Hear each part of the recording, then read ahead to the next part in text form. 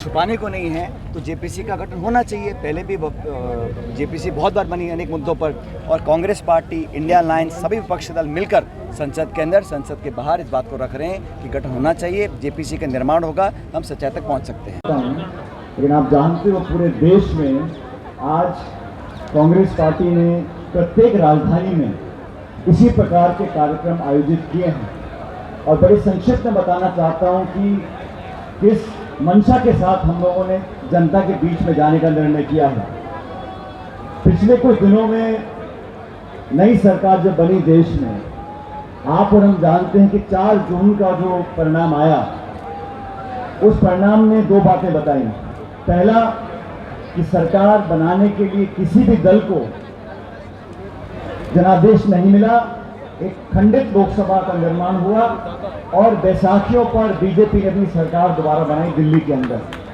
और सरकार बनने के बाद कांग्रेस पार्टी के आग्रह पर राहुल गांधी जी ने विपक्ष का नेता बनना मंजूर किया, और संसद के अंदर लोकसभा जितने दिन चली, वहां पर सरकार की जवाबदेही तय करने के लिए जो सवाल पूछे, जिन बातों को उठाया, जिन मुद्दों को लेकर सरकार को उन्होंने कटघरे में खड़ा किया, उसी का परिणाम है कि जो नए नए बिल और कानून सरकार बना रही है, लगातार उनको जवाब देना पड़ रहा है। जब जवाब नहीं मिलता तो अपने हाथ खींचने पड़ते हैं।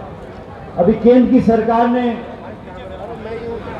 लैटरल एंट्री के लिए एक सरकारी आदेश निकाला। हमने सवाल किया कि आप लोगों को भर्ती करते हो तो जो वंचित वर्ग है, जो पिछड़ा है, गरीब है, दलित है, आदिवासी है, अपेक्षित लोग हैं, उनके बच्चे बच्चियों को पढ़ने का मौका देने के बाद आप नौकरी नहीं देना चाहते हो, तो सरकार ने 2 दिन पहले अपना वो सरकारी आदेश वापस ले लिया। ब्रॉडकास्ट का बिल लेकर आए, तानाशाही रवैये को दोबारा अपनाना चाहते थे। खड़गे जी ने, राहुल जी ने कहा कि स्पष्टीकरण करिए, वो बिल विड्रॉ कर लिया। वक्फ बोर्ड का बिल लेके आए, वक्फ बोर्ड के ऊपर, उसको वापस लेना पड़ा। लेकिन मुद्दा यह है कि आज देश में जो मिलीभगत हो रही है, संस्थाओं की, बड़े बड़े उद्योगपतियों की, जो सरकार के साथ हाथ मिलाकर इस देश की अमानत जो है, संपत्ति है, उसको औने पौने दाम में उसका अतिक्रमण कर रहे हैं, उसके खिलाफ राहुल जी ने आवाज उठाई थी। और जो खुलासे हुए हैं, जैसा संदीप जी ने कहा, यह बड़ा जटिल मुद्दा होता है, आम व्यक्ति के समझ में नहीं आता। लेकिन मैं आपको उदाहरण देना चाहता हूं, जिस थाने में कोतवाल पर आरोप लग जाए कि तो अपराधी से मिला हुआ है, तो थानेदार जांच नहीं कर सकता। आरोप ये लगा कि सेबी की जो चेयरपर्सन है, उनकी मिलीभगत है उन लोगों के साथ जिन लोगों के खिलाफ जांच के आदेश सुप्रीम कोर्ट ने दिए हैं। ये कांग्रेस ने नहीं कहा, एआईसीसी ने नहीं कहा, सुप्रीम कोर्ट ने कहा। बड़े गंभीर आरोप हैं, हजारों लाखों करोड़ रुपए का घोटाला हुआ है। सुप्रीम कोर्ट ने निर्देशित किया सेबी को कि आप जांच करके बताइए कि क्या तथ्य है। अब जांच करने वाले जो हैं, उन्हीं के जब आरोप लगे हैं और तथ्यात्मक आरोप है, ये कोई छुपी हुई बात नहीं है, तो सरकार ने ऐसी चुप्पी साध ली कि कोई जवाब नहीं मिला। हम लोगों ने मांग करी कि जेपीसी बने, ज्वाइंट पार्लियामेंट्री कमेटी। और मैं भाजपा के साथियों से पूछना चाहता हूं, बहुमत तो आपका है पार्लियामेंट में, अगर जेपीसी बनेगी, उसका चेयरमैन भाजपा का होगा, अधिकांश सदस्य आपकी पार्टी के होंगे, और आप लोग जो हमेशा कहते हो कि विपक्ष के नेताओं पर ईडी के छापे, इनकम टैक्स के छापे, सीबीआई के छापे, और बोलते हो अगर गलत नहीं किया तो जांच से क्यों डरते हो? तो हम तो कह रहे हैं जेपीसी का चेयरमैन आपका, जेपीसी का बहुमत आपका, अब जांच तो कराओ। जब तक जांच ही नहीं कराओगे तो तथ्य तक कैसे पहुंचेंगे? जनता का, देश का, कानून का कोई विश्वास नहीं है सेबी के अंदर।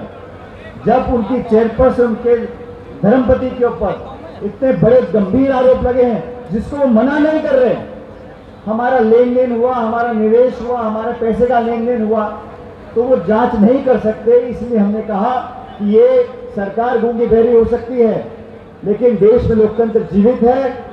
आवाम और जनता की मंशा पर सबको झुकना पड़ता है। कांग्रेस पार्टी पूरे देश में प्रत्येक राजधानी में जाकर इस बात को उठा रही है कि आपको जेपीसी बनानी पड़ेगी। और मैं तो सीधा सरकार से पूछना चाहता हूं, अगर कुछ गलत नहीं हुआ, आपने कुछ गलत नहीं किया, अगर हजारों करोड़ निवेशकों के भविष्य को अपने अंधकार में नहीं धकेला, मार्केट को मैनिपुलेट नहीं किया, आपने कुछ गलत काम नहीं किया, तो अब जेपीसी को बनाने से क्यों पीछे हटते हो? आपने बड़े बड़े दावे किए, ईमानदारी के, प्रतिस्पर्धा के, पारदर्शिता के। 10 साल में जनता ने देख लिया अमीर गरीब की खाई कितनी बढ़ गई है। जो चंद उद्योगपति सरकार के साथ रहते हैं उनके तो वारे न्यारे हो गए, और जो गरीब बेचारा जो मजदूरी करता है, नौकरी करता है, मध्यम वर्ग है, छात्र है, किसान है, महिला है, वो सब पीछे होते चले जा रहे हैं। इस गरीबी की खाई को जो बढ़ाया है, अमीर गरीब की खाई को, इसके लिए सिर्फ और सिर्फ वो लोग जिम्मेदार हैं जो दिल्ली में बैठकर नीति निर्माण करते हैं। इसलिए साथियों, मैं धन्यवाद देना चाहता हूं देवेंद्र यादव जी का, इनकी पूरी कमेटी का, दिल्ली प्रदेश कांग्रेस कमेटी का, कि आप सबको यहाँ पर बुलाया। पूरा देश इस बात को सुने और समझे कि कांग्रेस पार्टी सिर्फ और सिर्फ एक उचित पारदर्शी जांच चाहती है, और जांच जेपीसी के माध्यम से हो। देश में अनेकों बार जेपीसी बनी है। मुझे याद है एक बार एक कोको कोला का चक्कर आ गया था, उसमें जेपीसी बन गई थी। तो जेपीसी बनाना कोई बहुत बड़ी बात नहीं है, लेकिन अगर मन में चोर हो, कुछ छुपाने की बात हो, तो कोई भी सरकार जेपीसी बनाने से डरती है। इसलिए मेरा सीधा आरोप है सरकार के ऊपर, आप जेपीसी बनाएं, जांच करवाएं। अगर कोई गलती नहीं मिली, जांच के बाद कोई तथ्य सामने नहीं आता, तो मामला खत्म है। लेकिन जांच तो आपको करवानी पड़ेगी।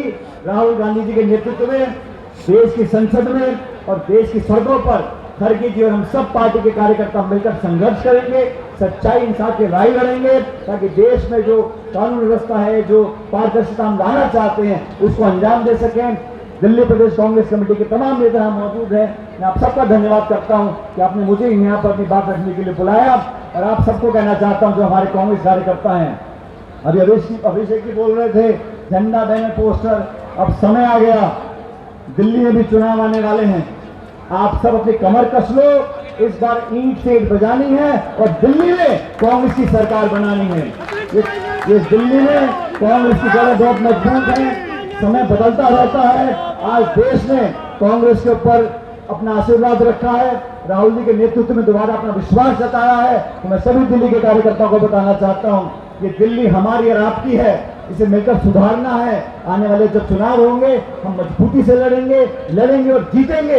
इस संकल्प के साथ आप लोग यहाँ से जाएं। आप सबका बहुत बहुत धन्यवाद। जय हिंद, राम राम साहब।